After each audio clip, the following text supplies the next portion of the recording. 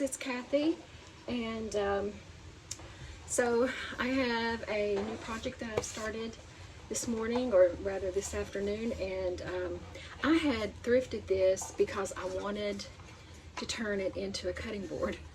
It has this beautiful round shape and the handle, and I could have just cut off and unscrewed it from the base and taken the dowels out of it and filled those holes in with putty or wood filler. But then I got to thinking, you know, this is a really nice piece. Why tear it apart? It's solid wood pine, I think, and since I've gotten the beautiful Lost Garden transfer, I have wanted to use it painting something in yellow and then putting the transfer on. And I have this new yellow milk paint that I got from Rust-Oleum on clearance last fall, I think, and I haven't used it. I don't know that it's the kind of milk paint that will crackle. I'm not even 100% sure that I'm going to want to use it on here. I am definitely going to sample it on here, so let's give it a try. Look at that color. I love the color. I really do. So let's see what we think. Oh yeah. Oh yes. Definitely liking this color. If this this is called Venetian Yellow, and it is actually, I think it's a little more gold. You may not be able to tell because when I was taking a picture of it, it looked more yellow, but in person it does seem to have more of a gold hue to it, which will be just fine because I'll probably plan on putting an antiquing wax on it. Now, this had it had a couple of hearts glued onto the front. Actually, it was 3 little hearts made out of, you know, just thin little hearts stacked on top of each other in 3 graduated sizes, and it was painted, they were painted pink. So I started by taking those off, and that left behind a residue of glue. So I took it outside and sanded all that off, and then just took a sander over the edges, smoothing it out and preparing it to paint. Then I brought it in here to my little shop, which is my garage. Can you see outside? Look past all the clutter. We have a gorgeous day. Unfortunately, folks living just about an hour north here in southeastern Kentucky are cleaning up after a really, really bad tornado. It makes me even feel guilty that we're having such a pretty day here. We had storms, and we had a tree down, well, a big branch down in our yard. My husband got out and cleared that away already, and our patio, or our it's not a patio, but our parking surface out front of the house was covered in leaves and small branches, and he got all that cleaned off as well. So it's really a beautiful day here, but like I said, there are people suffering north of here, so it's hard to really truly appreciate what we're having right now. Well, no, I do truly appreciate it, but it does make me feel guilty.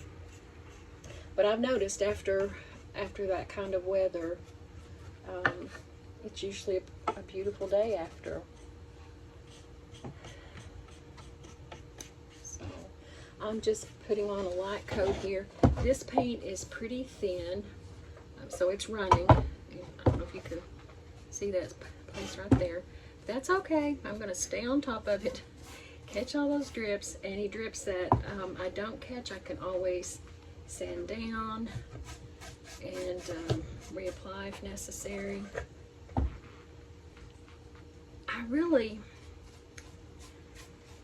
I'm drawn to yellow.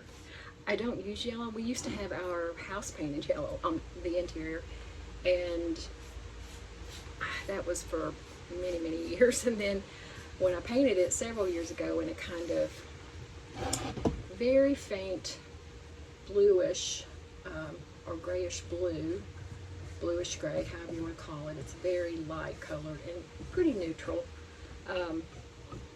I've thought I liked my gray or my yellow, but I really needed something new when we switched. But I do still love yellow. I think it's a gorgeous, cheerful color.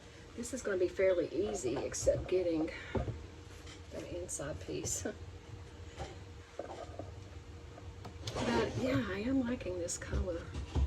And I apologize that my lighting is not better.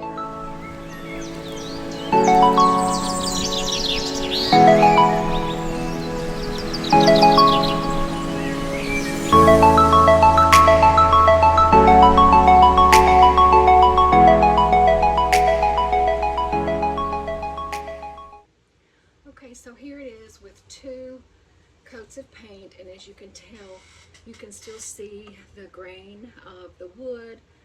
In some places where it was darker, there's a knot. Of course, you can tell from the indentation, but also there's a little dark spot around it. But that's okay. This is going to take at least one more coat, but you know, it goes on fast, and I do like the way that it's the finish that it's giving. There's no crackling, so I don't know if this particular brand of paint, the Rust-Oleum milk paint, if it has some kind of medium added to it that prevents the cracking like you get from some of the other milk paints like Sweet Pickins. So that's good, because I really didn't want a crack on this, or a crackle. Alright, so 3rd coat, ready to go.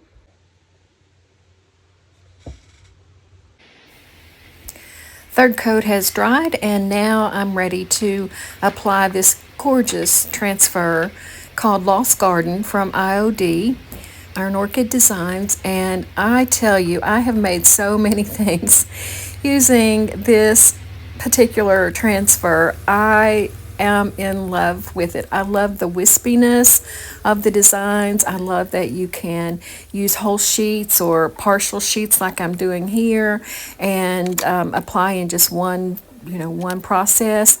I like that you can cut out the different elements and use them separately, so it's a really versatile transfer as well. And I keep going on about this transfer. I am not affiliated in any way with IOD. I'm not a stockist. I don't get any kind of commission by promoting their products, but I just happen to like this one really well. It's probably my favorite. It's probably at least one of my favorites of theirs. So if you've ever used a transfer, you know that if they come in a solid design, like one large solid design, it's a bit easier to apply. This one is not solid. There's lots of cut out pieces between all the flowers and the branches and everything, and there's some pretty small parts as well, little tiny wispy flowers, and those are a little bit more tedious. So this was a little time consuming for me to apply, but for me it's just taking my time, using the transfer stick that comes with it. Here you see me cutting the transfer a little so that it will fit around the edge, and that's a really good little step that you can take when you're putting it around rounded surfaces or corners or edges, so that the transfer will bend easily where it's supposed to go and not rip or tear or wrinkle as much. You're usually going to get a wrinkle here and there, but they'll smooth out most of the time after you've gotten the vellum, the carrier sheet, after you've gotten it removed. And just use your finger or use a piece of the carrier sheet to gently rub over the transfer after it's applied, and it will smooth out.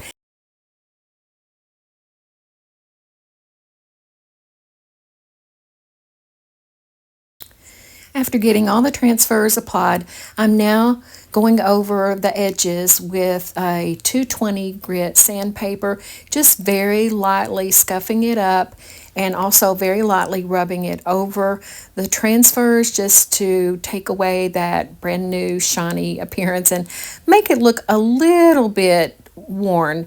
You don't have to do this. It's a look that I like, and it's not very heavily rustic, but like I said, just barely looking a little bit worn. So what do you think? I'm really, really happy with how this turned out. It may be one of my favorite projects so far.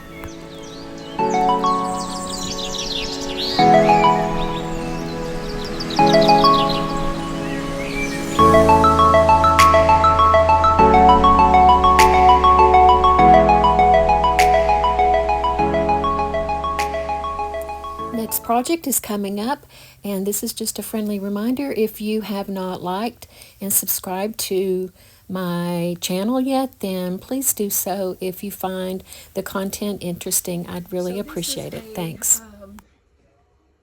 This is actually a candle holder that I made about 4 or 5 years ago when I first started making things. And it's actually a vase. From here to here is a flower vase that I thrifted. And then this piece and this piece are, well, actually, this piece and this piece and this piece are all terracotta flower pot saucers. I built the base with the smaller one and then the larger one and painted them. I used this in my house for a while, to be honest, but then I decided I wanted to put a bird stamp on it. And I'm going to have to buy some better ink because what I'm using is not the right kind.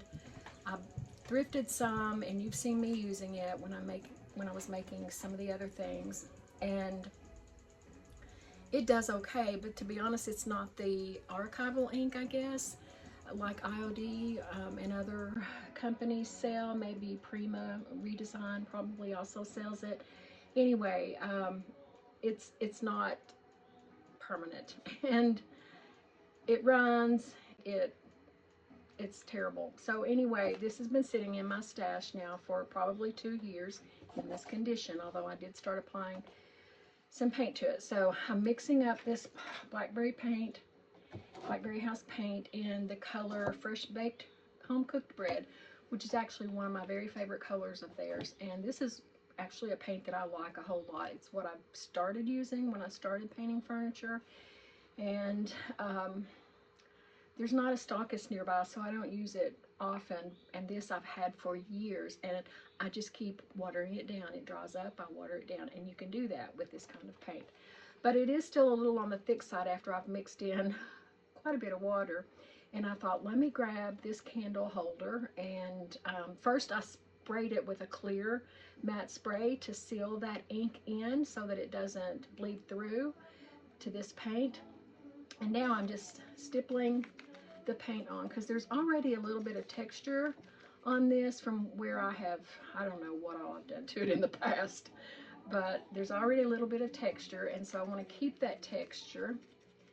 And I prefer texture anyway because you know, it's just, I don't like brush strokes. Brush strokes say, oh, homemade, and there's nothing wrong with homemade, right? Because I do that all the time. I give homemade gifts. I sell homemade, so there's nothing wrong with that. But I do like the finishes on the things that I do to be, professional looking.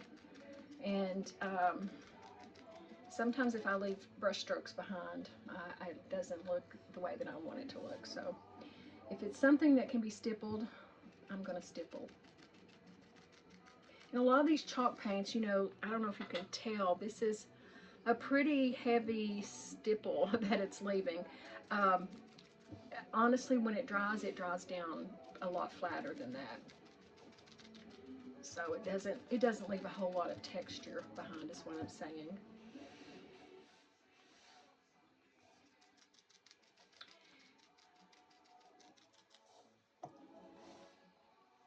So you can see the difference between the white that I've used, which I really like that, and I really especially liked it when I sanded it back some, and it revealed some of the terracotta color, but I need to I need to get this all covered. I may try to leave some of it exposed, we'll see.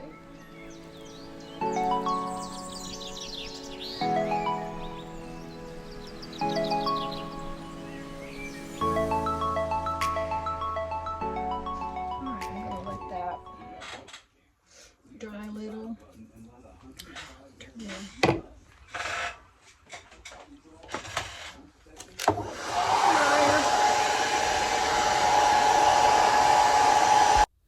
And now I'm just giving a very light distress along the edges, just to, you know, take some of the shine off of it and make it look more organic and a little rustic.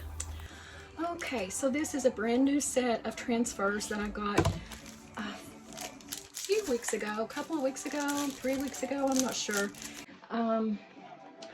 So this transfer is from Prima ReDesign, and it's called Indigo Petals, and it is from their most recent release, I believe. And it's really out of the usual. For me, I don't normally get blue flowers, but I fell in love with this. I really liked it a lot, and so I'm going to put it on this candle holder. So let me get it cleaned off good. I don't want any dirt, any dust rather, and I've been sanding it to get in the way of it adhering. And I like this. I'm going to try to wrap that around. I'm not sure. This is going to be a challenge because, number one, it's a round surface, but number two, it goes in to a smaller diameter than it is on the top. So that creates some challenges when you're applying.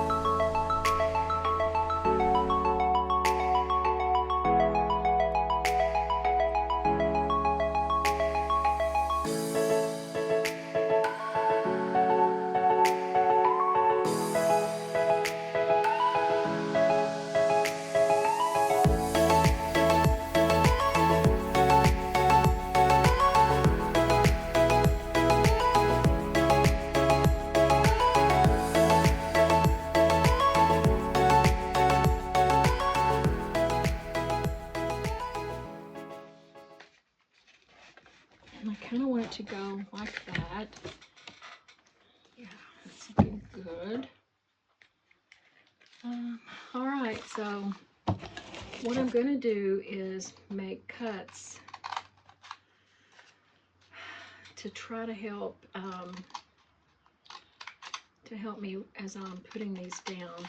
If you make cuts, it kind of helps you to be able to get around those curves of your surface and lay down your transfer a little easier.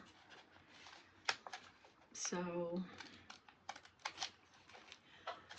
hopefully this will work.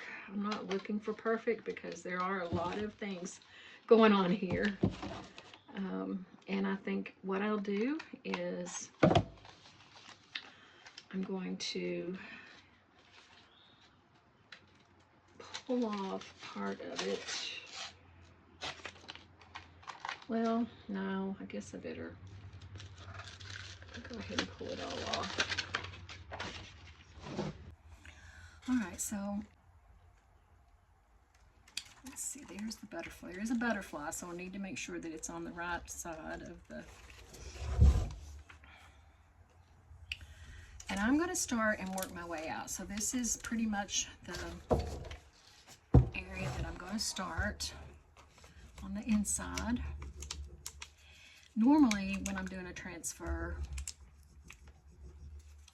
I start at the outside, but it helps lay down better when you've got these kinds of round surfaces that you're trying to get a lot of things done. It kind of helps to start at the outside or the inside and go out. So we'll see.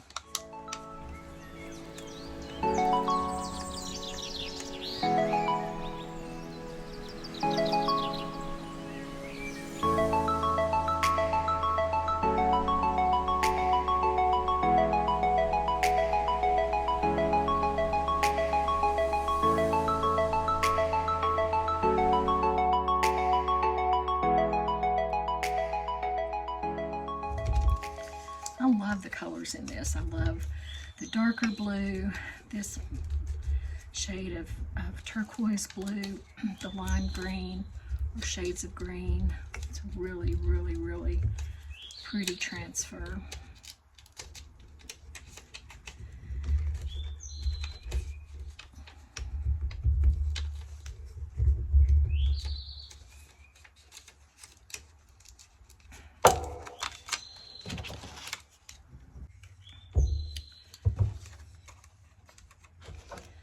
Just going to cut this little flower right here off because I can come right back in and apply it without worrying.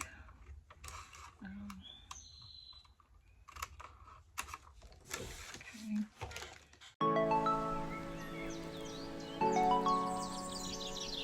I'm coming up on this bigger flower that I need to be really careful with.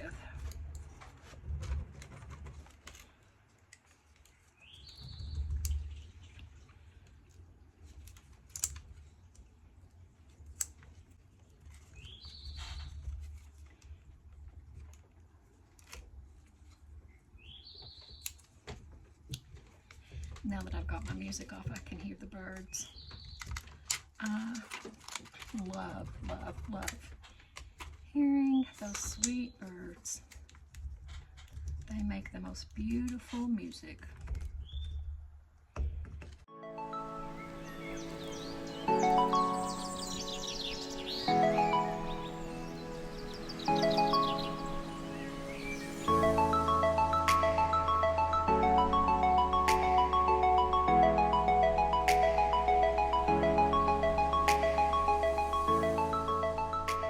See, this is all pretty tedious, but honestly,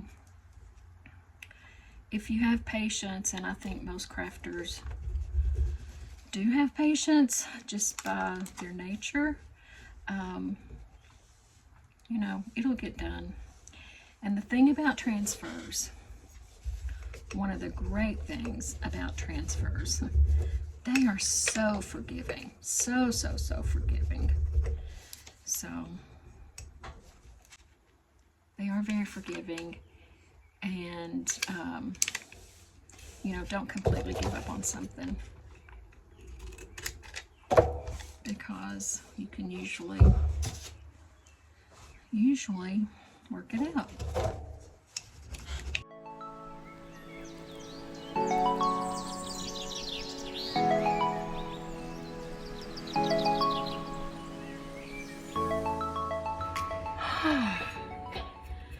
That was a hard-earned, but now very rewarding project. Yes, I like it a lot. I like it a lot. I have to say that this was a challenging piece to put a transfer on just because of the shape of it. But as I said earlier, just take your time, There are some tricks that you can apply to putting a transfer down on a curved surface, and just take your time and be patient, and it'll all work out. And as I said, they're forgiving. So what do you think of this? I really do like it. And now we're off to the third project. And again, if you haven't subscribed or liked, please do so and help me grow my channel. This is the end to a magazine rack. I thrifted it a while back and I took it apart.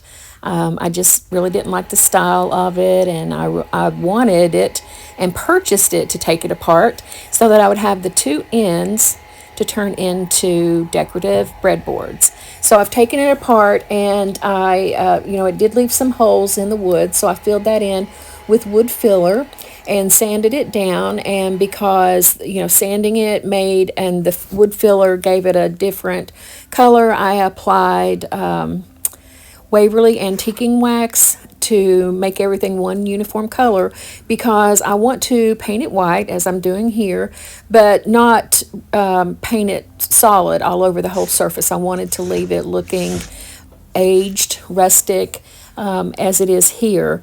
And I'm applying a Rust-Oleum paint in linen white. It's a chalk paint.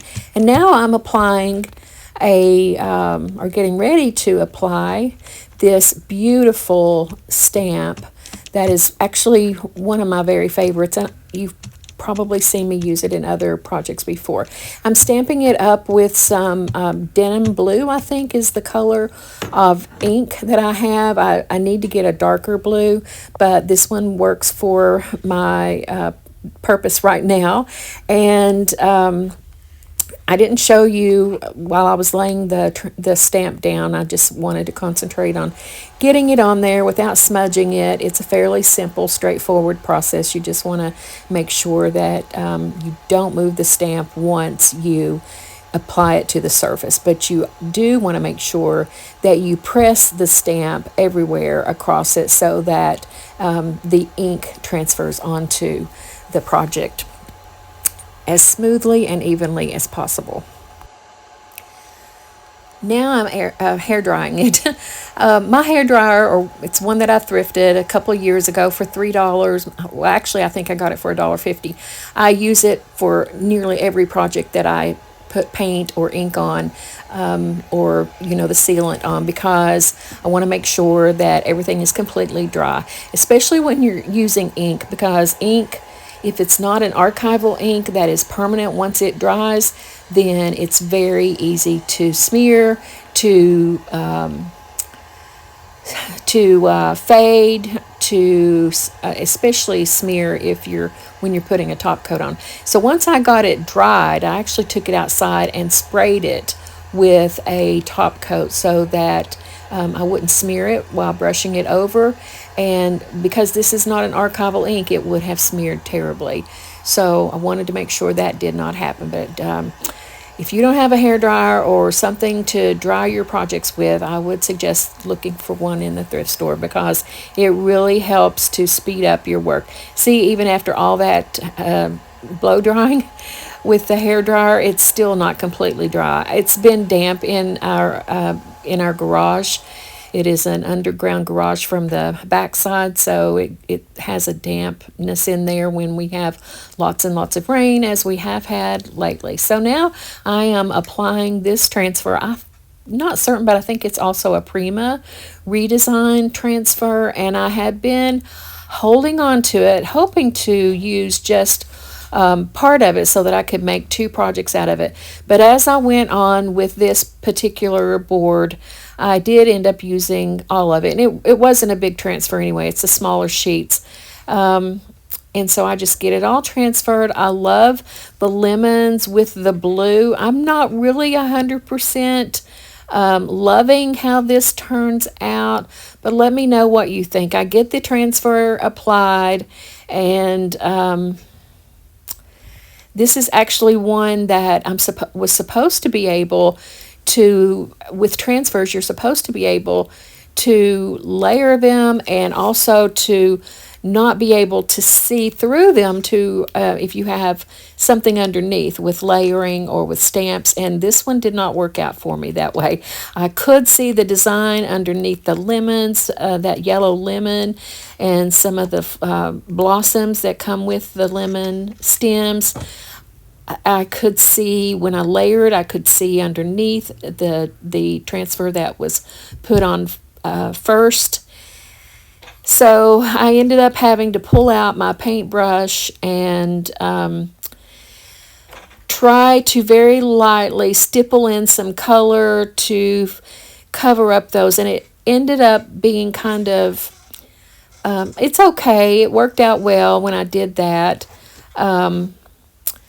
But I don't know. I'm still just not crazy about this particular board, although I have had good feedback because I've already posted it on my social media, and people seem to love it. So I'll put it out there and see how long it takes to sell when I get it in my booth. But it was fun to make, and I do love this process. I do love the blue and the lemons together. I just think it's so pretty.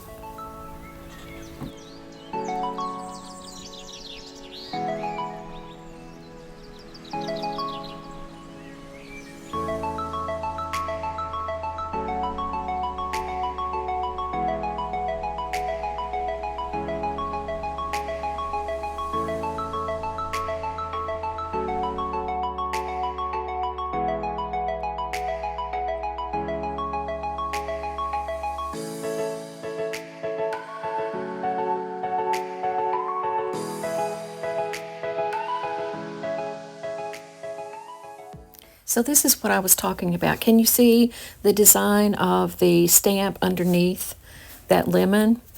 Yeah, it was all over it on different lemons, so I had to fix that. And luckily, this paint that I used in my project before this one, well, at the early part of the video, helped a lot in covering. I just stippled it on.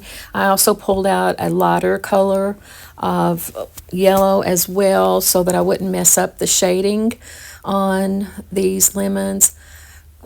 I hated to have to do that. And really, this is not the reason why I'm not that crazy about this piece. It was actually, I just didn't like the design and the lemons placed the way that they were. I don't know. I feel like I rushed through it too much. But it is what it is. And it's certainly not, a D- or anything. I'd give this a grade of a B. That's not bad at all, actually.